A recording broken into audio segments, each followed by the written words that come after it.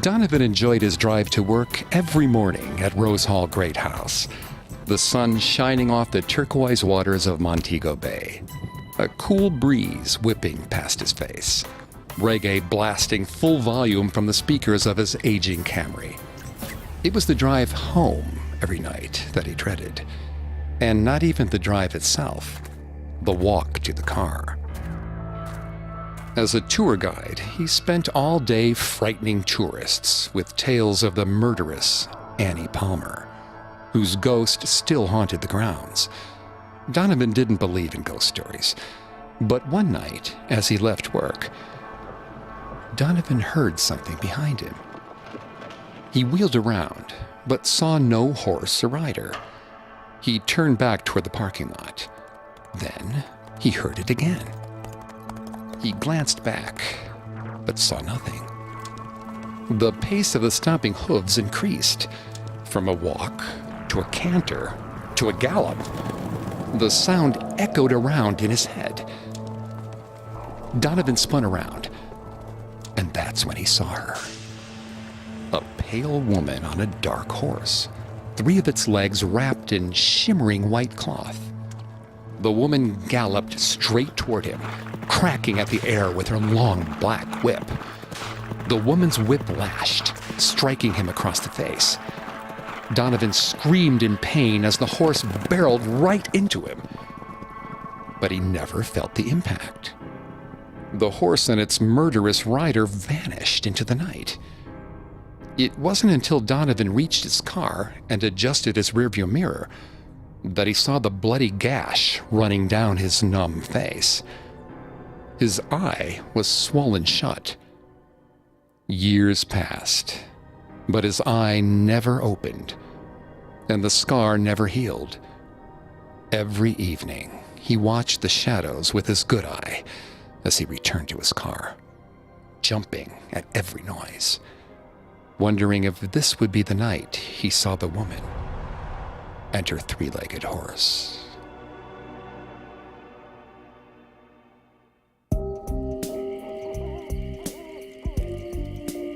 Welcome to Haunted Places. I'm Greg Polson. Every Thursday, I take you to the scariest, eeriest, most haunted, real places on Earth. This week, joining me on a supernatural journey to Rose Hall in Montego Bay, Jamaica, and discover why, to this day, it's haunted. If you can't get enough haunted places, don't forget to subscribe.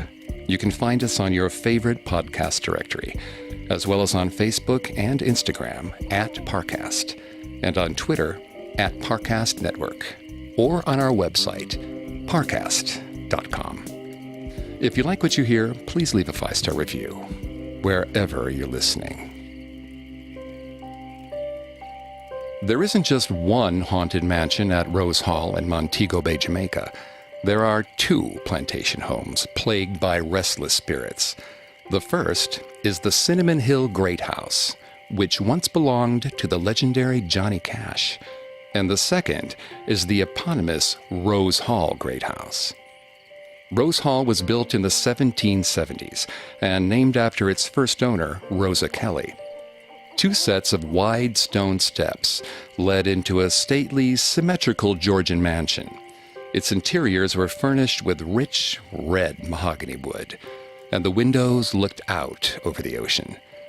But this picturesque plantation was built on the backs of the slaves who harvested sugarcane in the fields surrounding the mansion. And rumor has it that one of the plantation's most infamous owners was Annie Palmer, who married into the family in 1820. According to legend, Annie often rode her horse in the middle of the night, whipping any slaves she passed by. Her horse had white bandages wrapped around 3 of its legs, and locals named it the 3-legged horse. Annie was a cruel woman, and she met a cruel end. Annie looked out her balcony over the sugarcane fields. In the distance, she could just see the rotting head of her former house slave. That would teach them to try and poison her. She smiled to herself. The woman must have had conspirators. She would kill them all, but slowly, painfully. Annie was so caught up in her thoughts that she didn't hear the door open. Nor did she hear the footsteps growing ever closer. But she did feel the hands grabbing at her throat and squeezing it tight. Annie's corpse was discovered lying across her bed. No one knew or cared who killed her. But 100 years later, rumors began to spread that Annie's ghost was haunting the former slave plantation.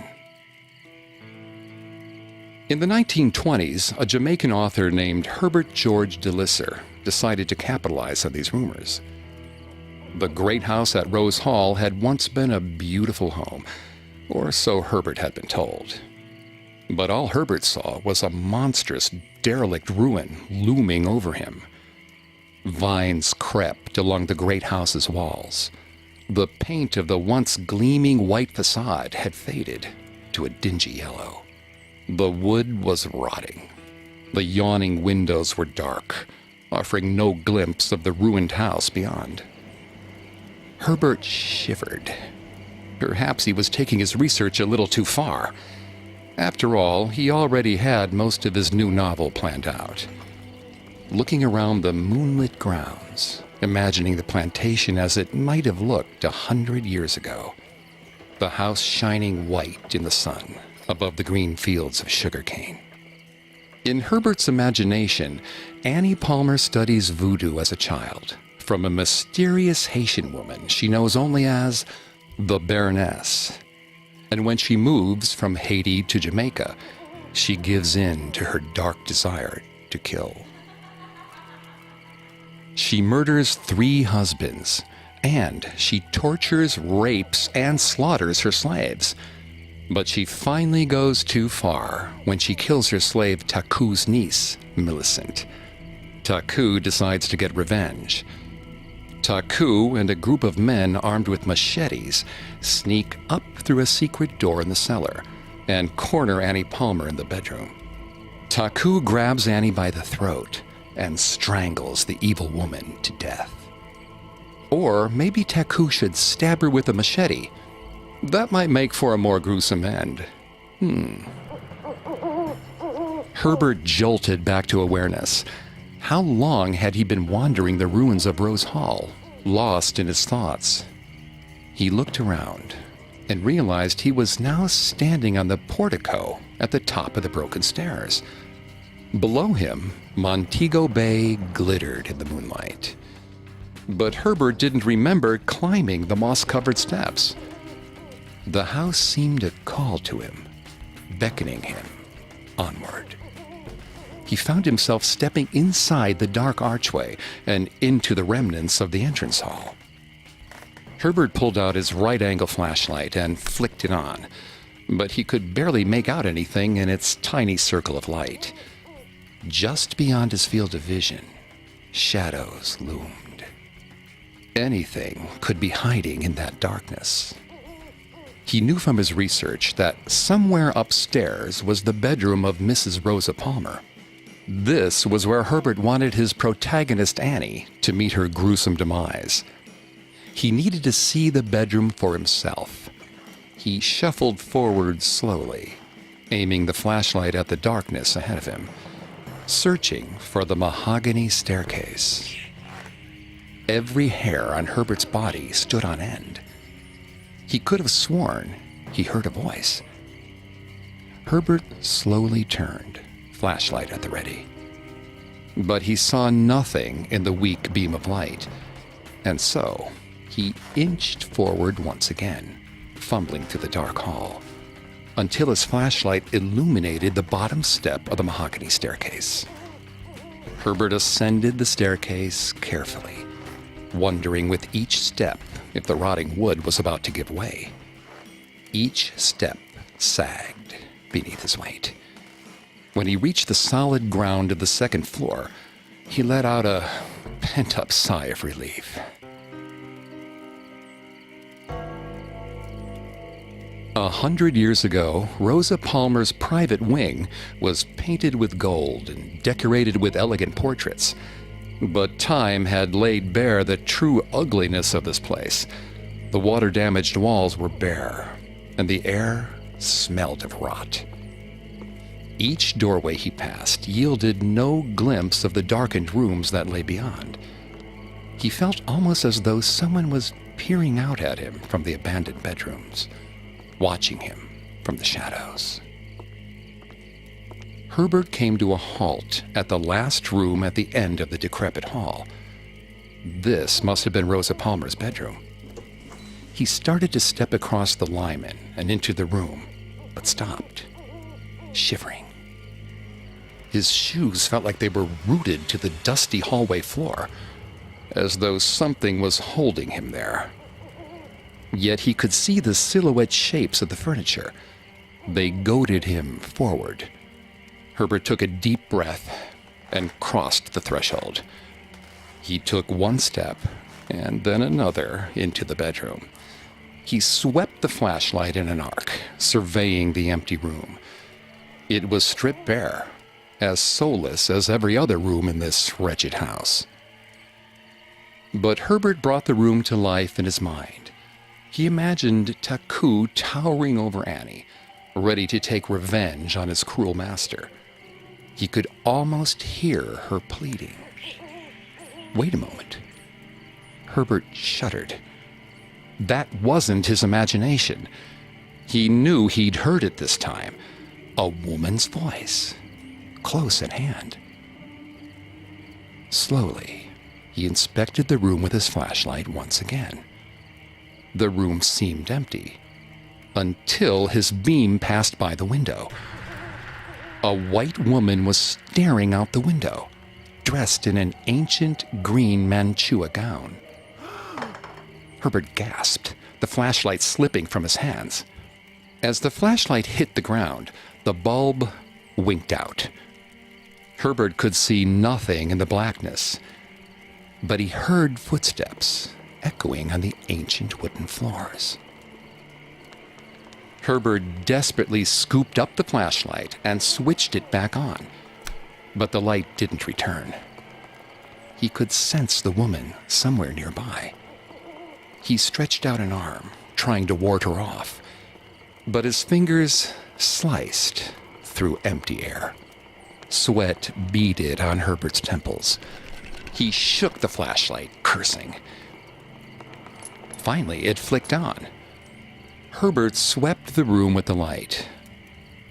The room was empty. He sighed, relieved, until he felt breath on the back of his neck. Slowly, he turned. Her eyes were as black as the windows of her ruined mansion, the mistress of Rose Hall Plantation. Herbert's head felt muzzy. Was this Annie Palmer, Herbert's own protagonist come to life? Or was this Rosa Palmer, furious at Herbert's plans to besmirch her family's name? He stumbled backwards, disoriented, as the room seemed to shift around him. His flashlight illuminated ancient furniture that had not been there before. Wooden chairs, a divan, a four-poster bed with blood-red sheets. Herbert's own nightmarish imagination come to life. He was no longer sure what was real and what was his imagination. All he knew was he had to leave, to get away. But the woman loomed over him, blocking the doorway. Her lips formed words over and over. She made no sound. But Herbert could hear her voice echoing in his mind, warning him not to tell this story, her story. Herbert drew himself up, standing tall, proud, defiant. A cruel smile carved its way across the woman's face. She dove straight into Herbert, merging with him, burying her way deep into his soul. It no longer mattered if he ran. She would be with him until the end of his days. The White Witch of Rose Hall. Our story will continue in a moment after a brief message. As the giant grew closer, Enceladus realized something was wrong. Instead of legs, Enceladus and his brother giants slithered on two large serpents with snapping maws where the feet should be. But this giant's serpents weren't snapping, and its face sagged. An arrow whizzed past Enceladus' face. This wasn't a giant. It was a god. You foolish, foolish giant. No one rebels against the gods and escapes unscathed. Athena, the goddess of war and wisdom, peeled off the face of a giant she'd flayed alive, revealing her own face, dripping with blood. Parcast's New Mythology podcast dramatizes ancient myths for a modern audience and dives into their history, origins, and meaning. Hosted by my friend Vanessa Richardson, Mythology uses an ensemble cast to bring these stories to life.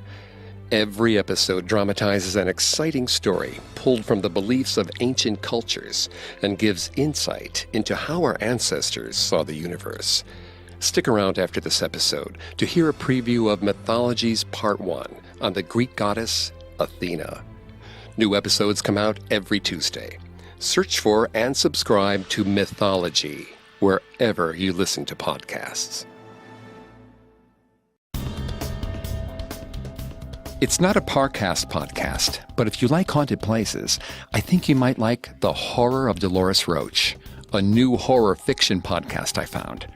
The Horror of Dolores Roach tells a macabre urban legend of murder, betrayal, weed, gentrification, cannibalism, and survival of the fittest. When Dolores Roach returns to her old New York City neighborhood after 16 years in prison, she's stunned by all that's changed. The only person remaining from her previous life is Luis, an old stoner friend who gives her room and board in the basement underneath his dilapidated empanada shop.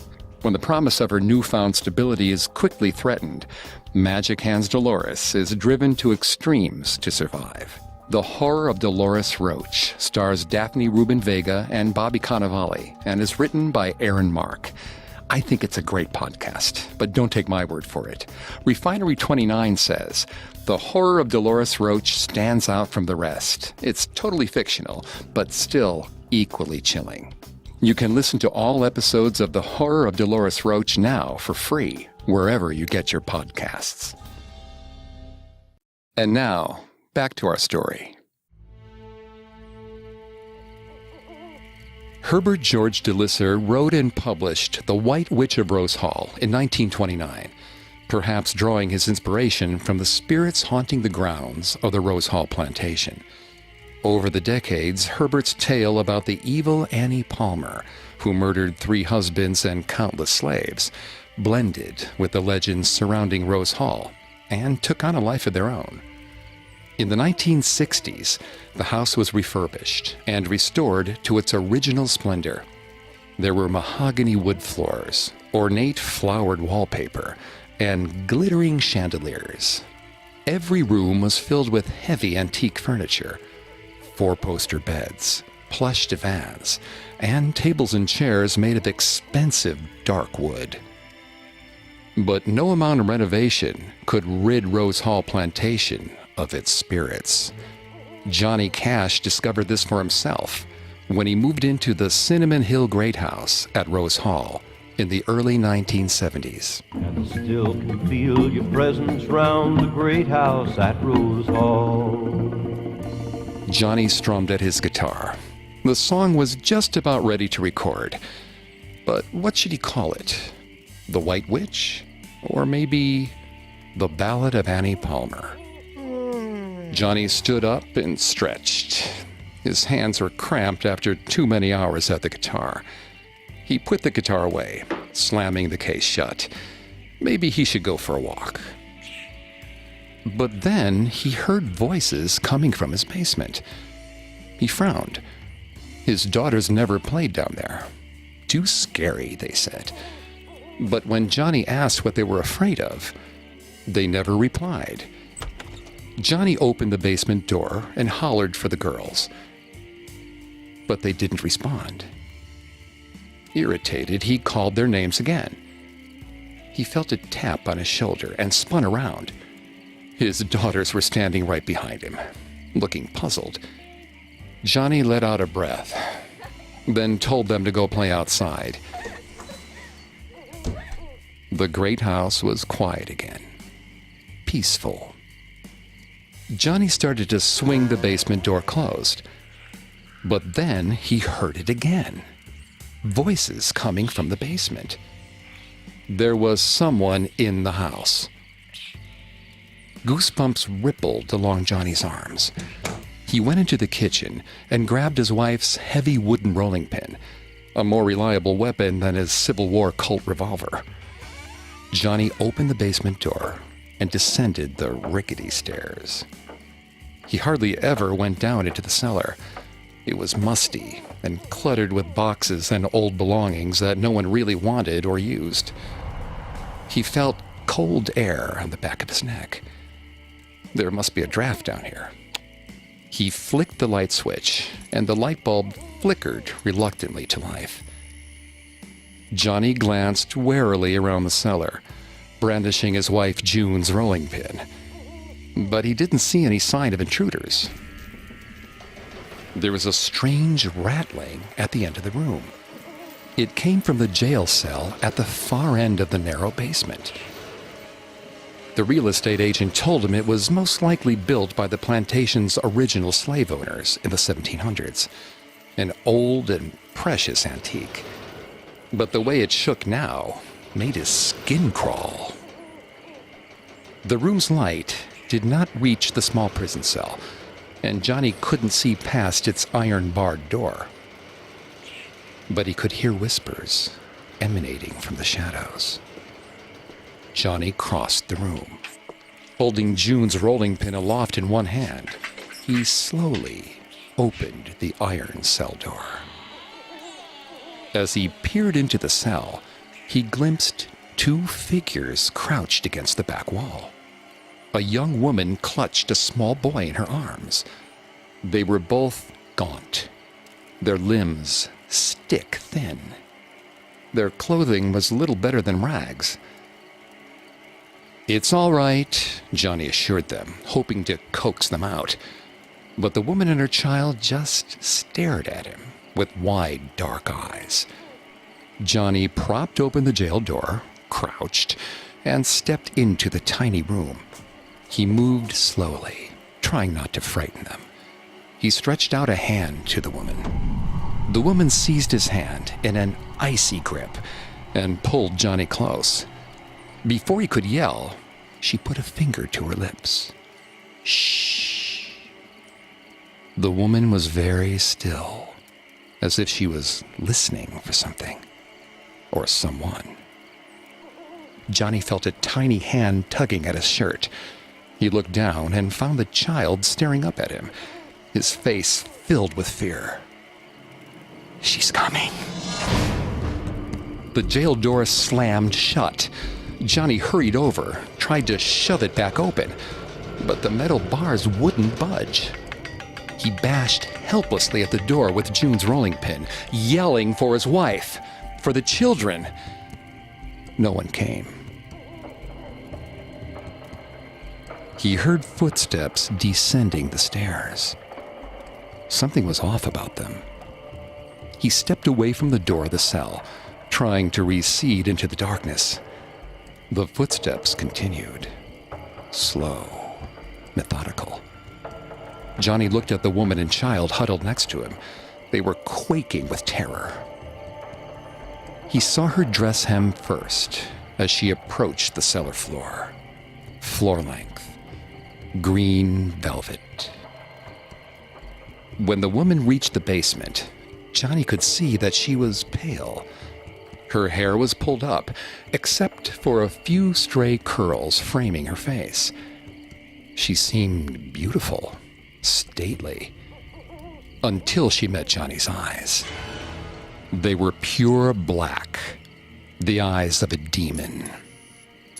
The light bulb flickered out, but Johnny could hear the woman's velvet skirt brushing against the basement floor. He yanked at the bars on the jail cell door, but it was useless. The door wouldn't budge. They were trapped. She was getting closer. Closer. His cellmates whimpered with fear, so Johnny did the only thing he could think of. He started to sing. Where's your husband, Annie? Where's number 2 and 3?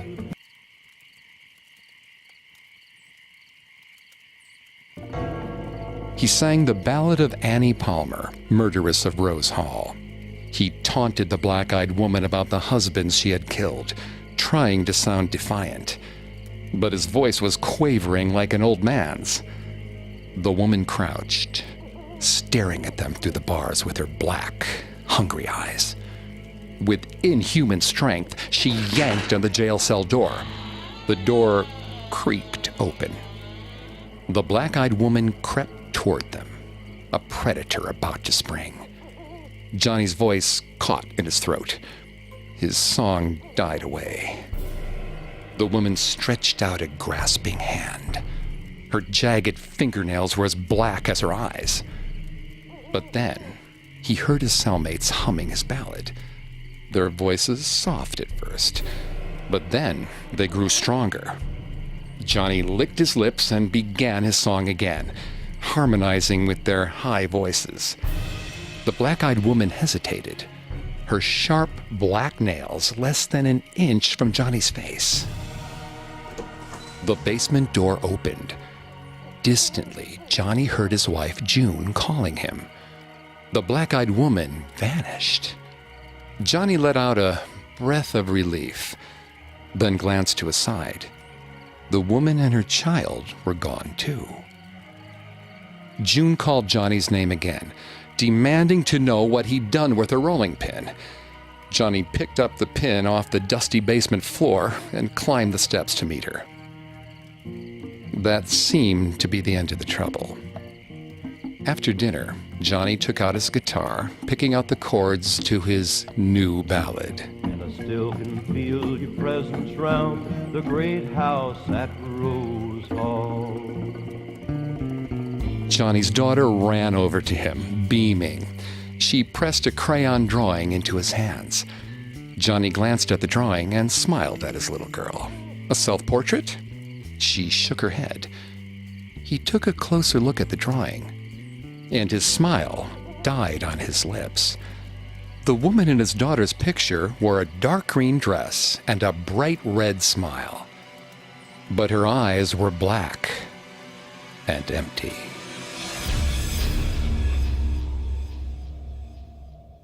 Our story will continue in a moment, right after the break. Now, the story continues.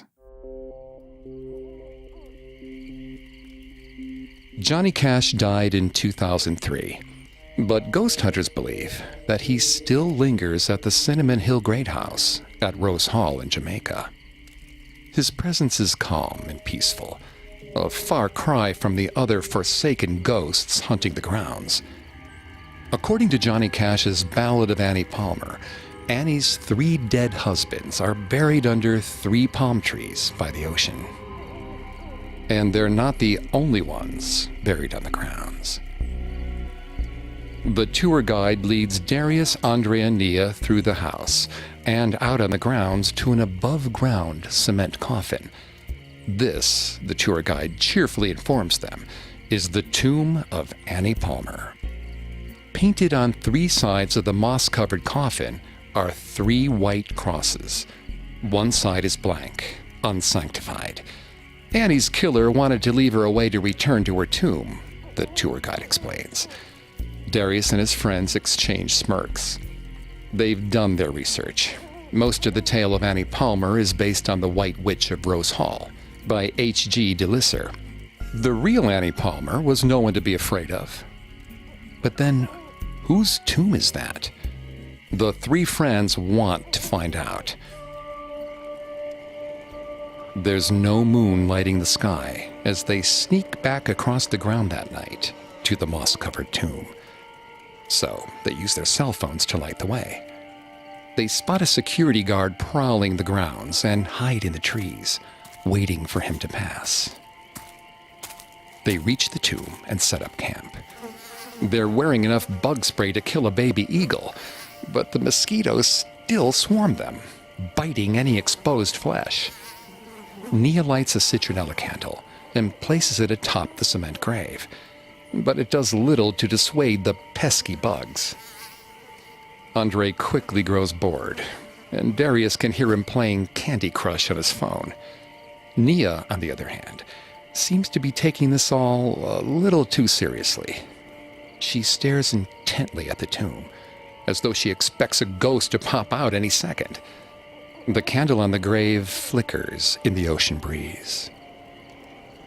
Darius hears rustling in the trees. Nia shrieks and grabs at his arm, but it's just an elderly staff member.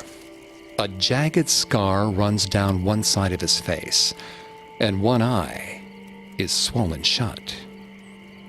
The old man stares at them with his good eye, and Darius wonders what kind of horrors that eye has seen. The man gives them a warning. Watch out for the whooping boy. Darius snorts. What kind of lame ghost is that? But the staff member doesn't laugh. The whooping boy, he explains, worked for the Palmers hundreds of years ago. Each night, he roamed the plantation, hunting down any slaves who tried to escape. Now, he haunts the grounds on moonless nights, still searching for runaway slaves, a whip clutched tightly in his pale hands. And if he finds you, he never lets you leave. The elderly man warns them to run, to leave while they still can. Darius and his friends chuckle nervously, but they make no move to depart. The staff member gives them a last, lingering look before continuing on to the great house at Rose Hall. Darius can't seem to settle his nerves after the old man leaves. The candle gutters in the night breeze, then flickers out. Maybe they should all go back, Nia suggests. Darius has half a mind to agree. But Andre laughs at them.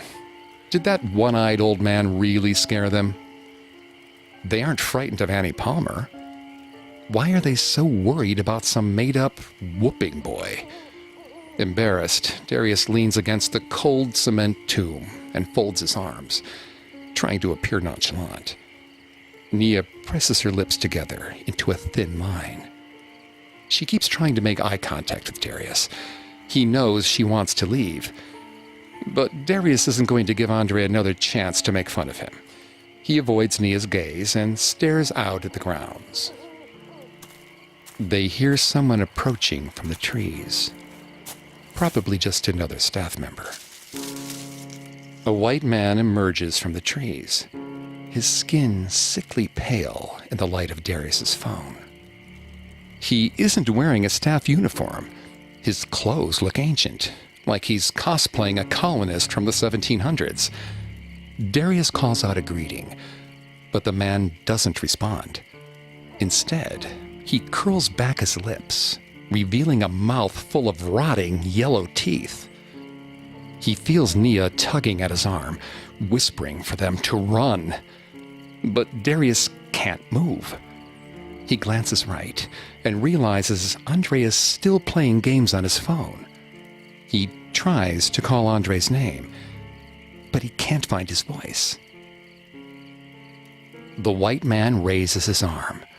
He's holding a long birch whip in his hand. The whooping boy. Nia's frantic whisper startles Darius out of his stupor. He screams out Andre's name. Andre looks up at him, confused, then turns to see the whooping boy, advancing toward him, smiling with a mouth full of yellow teeth. Nia is the first to run. Darius and Andre race after her, the whooping boy following close behind. Darius can hear the whooping boy chasing after them, cursing them for even trying to escape. He feels a whip curling around his ankle, pulling him down. Darius screams, scrabbling at the dirt with his fingernails, but there's nothing to grab onto. His ankle burns with pain as he slides backward across the grass toward the plantation, dragged by the whooping boy's whip. Andre appears in front of Darius and grabs his hands, trying to pull him up. But the whip is too strong. He keeps sliding through the grass toward the whooping boy.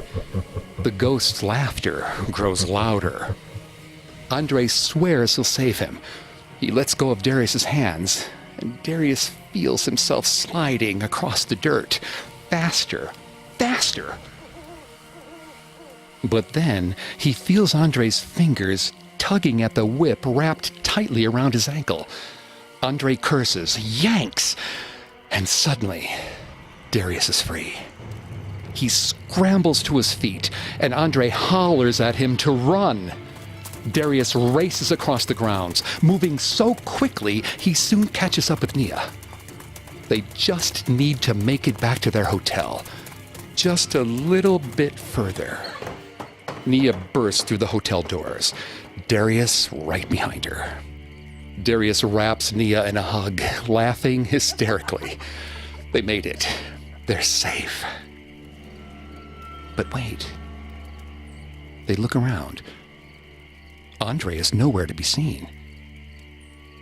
The next morning, a search party combs the grounds of Rose Hall, calling Andre's name.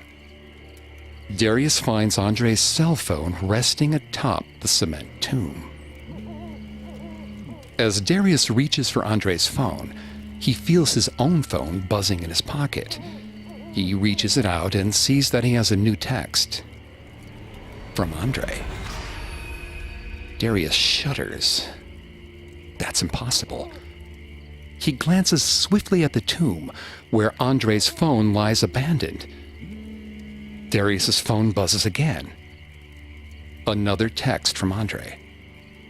He opens it, his hands shaking. A message appears over and over until it fills Darius's screen. He never lets you leave.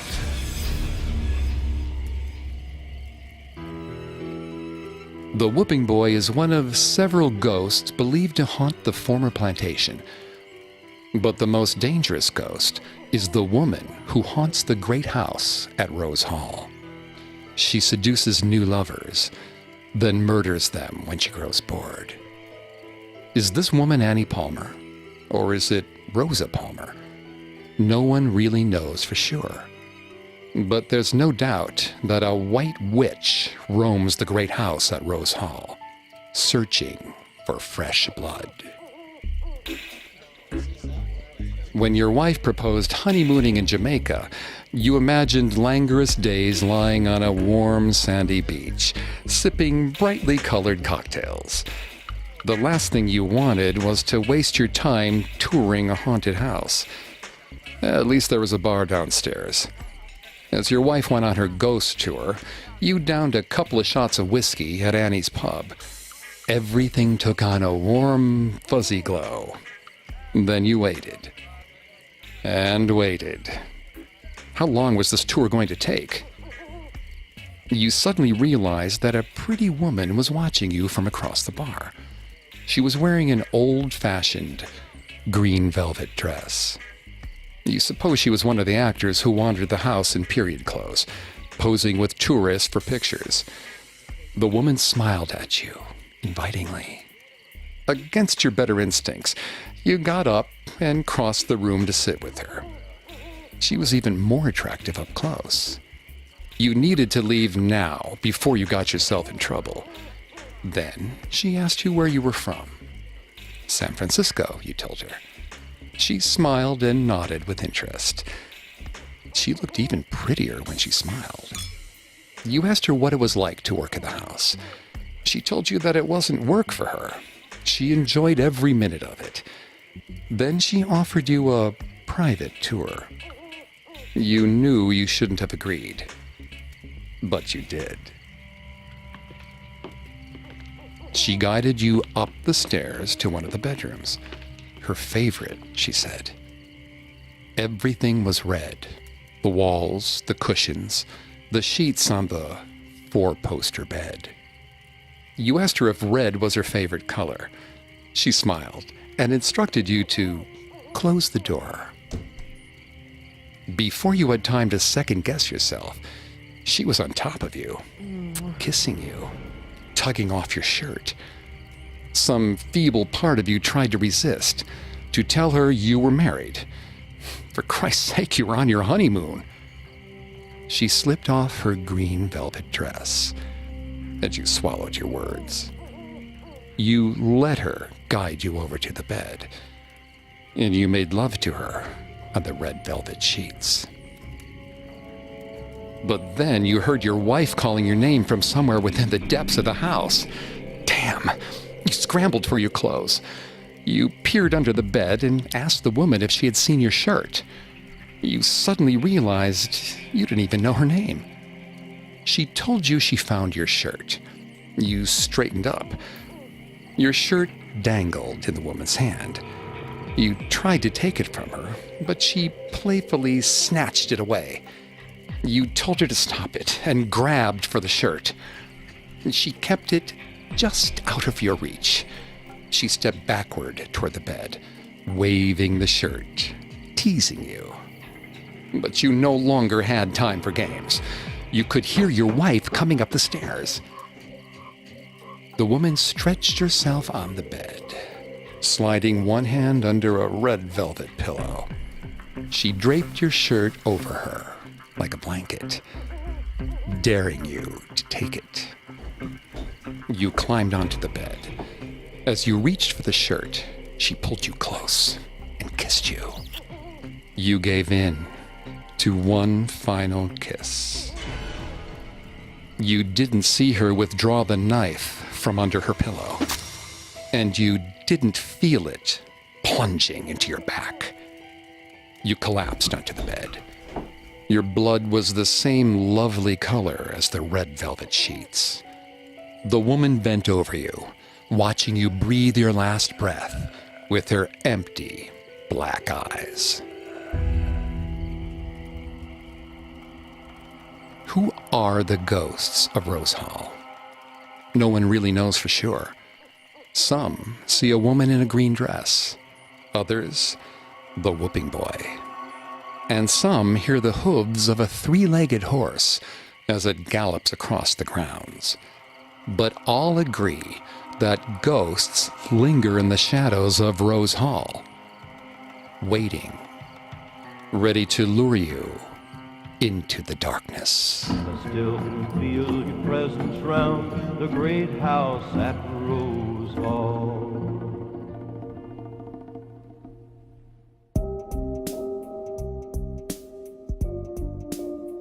Thanks for listening to Haunted Places. Don't forget to subscribe to Haunted Places on Apple Podcasts, TuneIn, Google Play, Stitcher, Spotify, or any other podcast directory. If you like what you hear, leave a 5-star review or tell us what you think on social media. We're on Facebook and Instagram as @Parcast and Twitter @Parcast Network. It seems simple, but it really helps our show. A new episode comes out every Thursday. We'll see you next week. Haunted Places was created by Max Cutler. It's a production of Cutler Media and is part of the Parcast Network. It's produced by Max and Ron Cutler. Sound design by Ron Shapiro.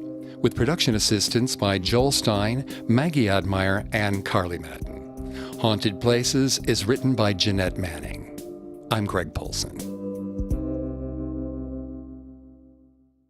And now, please enjoy this preview of Mythology's first episode on the Greek goddess Athena.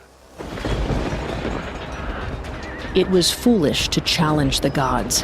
After battling the goddess Athena for 3 days, Enceladus had all but resigned himself to the fate of so many of his fellow giants. But he'd escaped her for the moment, and perhaps that would become his advantage. Enceladus had barely caught his breath when he heard the horses. He whipped around, worried Athena had tracked him to the Ionian Sea. but it was one of Enceladus' own, another giant.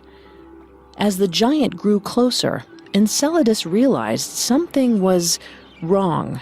Instead of legs, Enceladus and his brother giants slithered on two large serpents with snapping maws where the feet should be. But this giant's serpents weren't snapping, and its face sagged. An arrow whizzed past Enceladus' face. This wasn't a giant. It was a god. You foolish, foolish giant. No one rebels against the gods and escapes unscathed. Athena, the goddess of war and wisdom, peeled off the face of a giant she'd flayed alive, revealing her own face, dripping with blood. She kept the skin wrapped around her like a cloak. Enceladus's leg serpents snapped and spit at Athena, but their fangs couldn't pierce the hide of his own kind. It was a perfect shield. Athena knocked Enceladus into the Ionian Sea. Then she crouched down and lifted the entire isle of Sikalos. Athena had a divine, godly strength. Plucking an island out of the ocean was as easy for her as it was for a man to pick up his child. Athena straightened up, raising the island above her. She swung it around over Enceladus and slammed the island on his head. Enceladus crumpled under the blow of the island. He sank and then vanished beneath the landmass. His blood and anger rippled outward from the island. The place where Enceladus was defeated became Mount Etna, and the buried giant was reduced to expressing his wrath through eruptions and earthquakes. Yet something wasn't right. As she watched steam build above Mount Etna, Athena knew her heart was missing a piece. She'd used her wisdom and wit to defeat the enemy, embracing her role as a goddess of war, and it felt empty. She was destined for something greater. She was certain.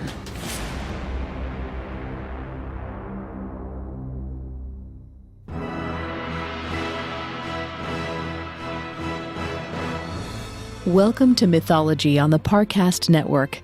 Every Tuesday, we present dramatic stories from ancient mythology and explore their origins. I'm your host and narrator, Vanessa Richardson. Today, we're focusing on the Greek goddess Athena. She's the goddess of war and military strategy, but also the goddess of wisdom, civilization, and the arts. In her mythology, she's caught between who she is and who she wants to be. New episodes of Mythology release every Tuesday, and you can find us and all of Parcast's podcasts wherever you listen to podcasts. At Parcast, we are grateful for you, our listeners. You allow us to do what we love. Let us know how we're doing. Reach out on Facebook and Instagram at Parcast and Twitter at Parcast Network. And if you enjoy today's episode, the best way to help us is to leave a 5-star review wherever you're listening. It really does help us. We also now have merchandise. Head to parcast.com/merch for more information. Something to note in these episodes, all Greek myths have many versions and variations. We've selected those we felt are the most dramatic and entertaining, and supplemented them with additional research into Greek traditions. Additionally, each Greek myth takes place in a wide expanded universe. While we'll cover some major myths of Athena over the next few episodes, this won't be her only appearance in the podcast. Goddess of the arts and of war, Athena exhibits a dichotomy in Greek culture. She's a woman warrior in a culture where women didn't go to war, and a household goddess who vowed to never be a lover or a mother. Athena is masculine, feminine, and something greater than both. She's a goddess for everyone, and a goddess for no one. Ancient Greek society had clear gender roles, treating women as second-class citizens. But Athena exists outside that construct. She'll skin a giant alive and then go weave a tapestry. She's as apt to teach men gardening and pottery as she is to help them slay their enemies. Unlike her half-brother and rival, Ares, the war god, Athena approaches war with logic and meditation. At the start of a battle, Ares leaps into action, while Athena waits, plans, then leads men to bloody victory. She values rational thinking over emotion, but is not without rage and bloodlust. Classicist Walter F. Otto characterized Athena as the goddess of nearness because she was always beside the Greek heroes in battle, guiding their spears and swords. She is, like all Greek gods, a killer. However, Athena prefers to change errant humans into other forms, doling out punishments while preserving life. She also transforms herself, taking a male appearance multiple times in the Iliad and the Odyssey. That isn't to say she doesn't embrace a female role too. In today's myths, the building of the Palladium, the judgment of Paris, and the story of Arachne, Athena strives to be recognized as feminine, and this may be the hardest battle the goddess of war has ever fought. The king of the gods had a headache, and Zeus's son Hephaestus, like many children, was only making it worse. Hephaestus was god of the forge, born with a clubfoot. To him, a headache was nothing. And then I realized I could put another axe head on my existing axe and kill two men with one blow. Genius, right? Oh, my head is killing me. That's the idea. Both heads could kill. Two heads, one axe. Zeus gestured to his forehead, frustrated. It feels like my skull is expanding and contracting. Maybe I should go... Oh, headache. I thought we were still on axe heads. Zeus continued moaning as he dropped to the floor, gripped his head, and rocked back and forth. Hephaestus looked on, torn between sympathy and opportunity. Anything I can do? Maybe take over your duties for a time? Not that a headache could ever take down the great god Zeus. Oh, Hephaestus, will you... Oh. Hephaestus eyed his brand new double-headed axe. Then Zeus doubled over in front of him. The opportunity was ripe. Zeus had overthrown Hephaestus' grandfather. Perhaps patricide ran in the family. Oh, make it stop. End it. I'll cut off my head. Hephaestus hid his grin as he grabbed his double-head axe. After today, the gods of Mount Olympus would bow to Hephaestus. He wound up and aimed straight for Zeus's skull. The axe cleaved Zeus's head in half. As Zeus's eyes spread wide apart, a battle helmet emerged from where his brain should have been. Hephaestus dropped his axe in shock as a fully armored warrior woman sprang from Zeus's head, shouting a battle cry. All thoughts of ruling Mount Olympus faded in the face of this fearsome, beautiful goddess. Ready for battle, Athena stepped out of her father's head and into the light of Mount Olympus. Athena was born without a mother, the child of Zeus alone. She emerged a rational adult, capable of complex thought, and ready to fight for her life. Yet because the Greek gods are modeled on humans, with human flaws and emotions, there is one story of Athena's childhood and a youthful accident that guided the rest of her life. Zeus was accustomed to his children having a mother, so after he fused his head back together, he wasn't sure what to do with Athena. Eventually, the single dad sent his new daughter away to be educated by his nephew, Triton. Triton was a fish-tailed ocean god, so Athena spent much of her time in and around water, and more of her time with Triton's daughter, Pallas. Pallas was a water nymph, a maiden of the ocean, and Athena's only friend. But today, the war goddess and the water nymph raised their swords, squaring off against each other. The pair sparred on the surface of a lake. Pallas floated amid a column of waves, her long hair and shimmering fishtail distracting from her killer aim. Athena defended herself from atop a sleek raft, wearing armor as always. She pushed her sword forward, calling out her moves as she executed them. striking, stabbing, Dodging.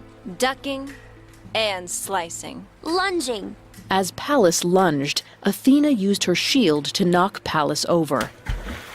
Rising from the waves, Pallas spit water into Athena's face. Hey! Pallas spouted more water, somehow forming it into perfect concentric circles, like aquatic smoke rings.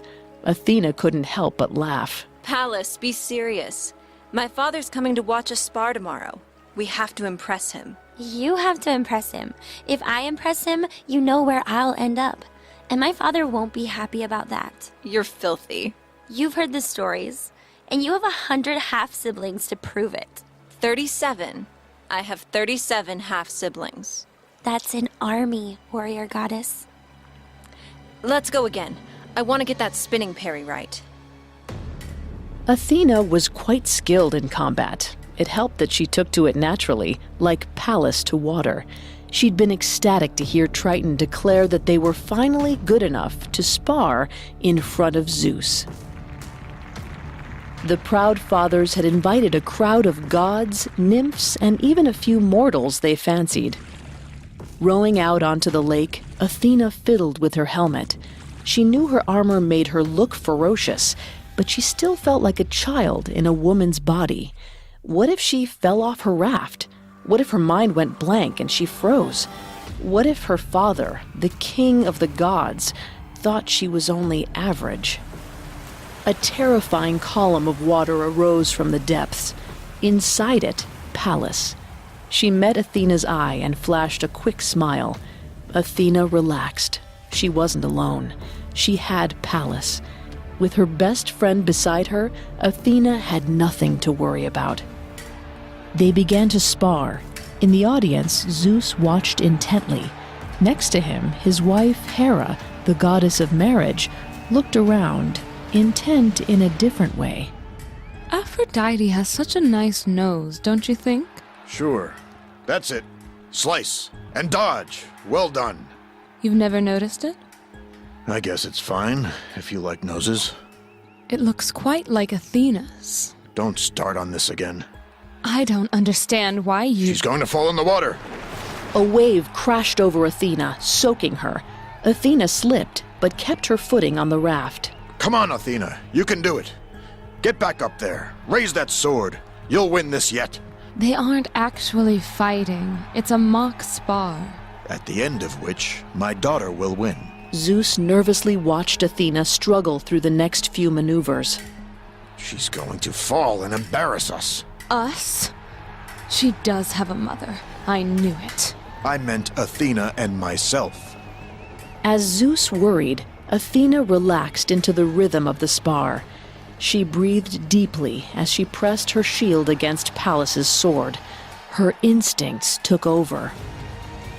Suddenly, a new heat rushed through Athena's veins. She'd never felt this warrior power before, but it possessed her. Her feet danced more nimbly. Her sword twisted more sharply. She tasted metal in her mouth. For the first time, she might want to kill.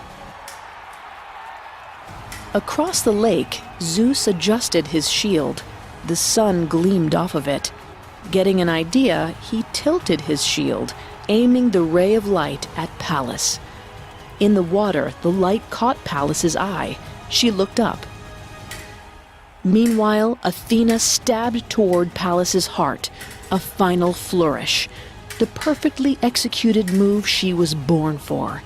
This was her gift, combat. Athena lunged, expecting Pallas to dodge as they had rehearsed. She didn't notice that Pallas's face was tilted up, distracted. Pallas looked toward Zeus as Athena's sword pierced her heart.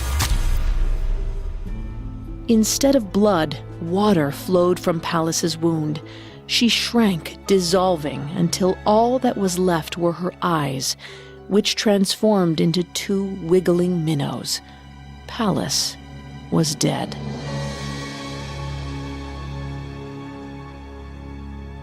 If you enjoyed listening to this preview of our episode on Athena and want to hear the rest of it, search and subscribe to Mythology wherever you listen to podcasts. New episodes release every Tuesday.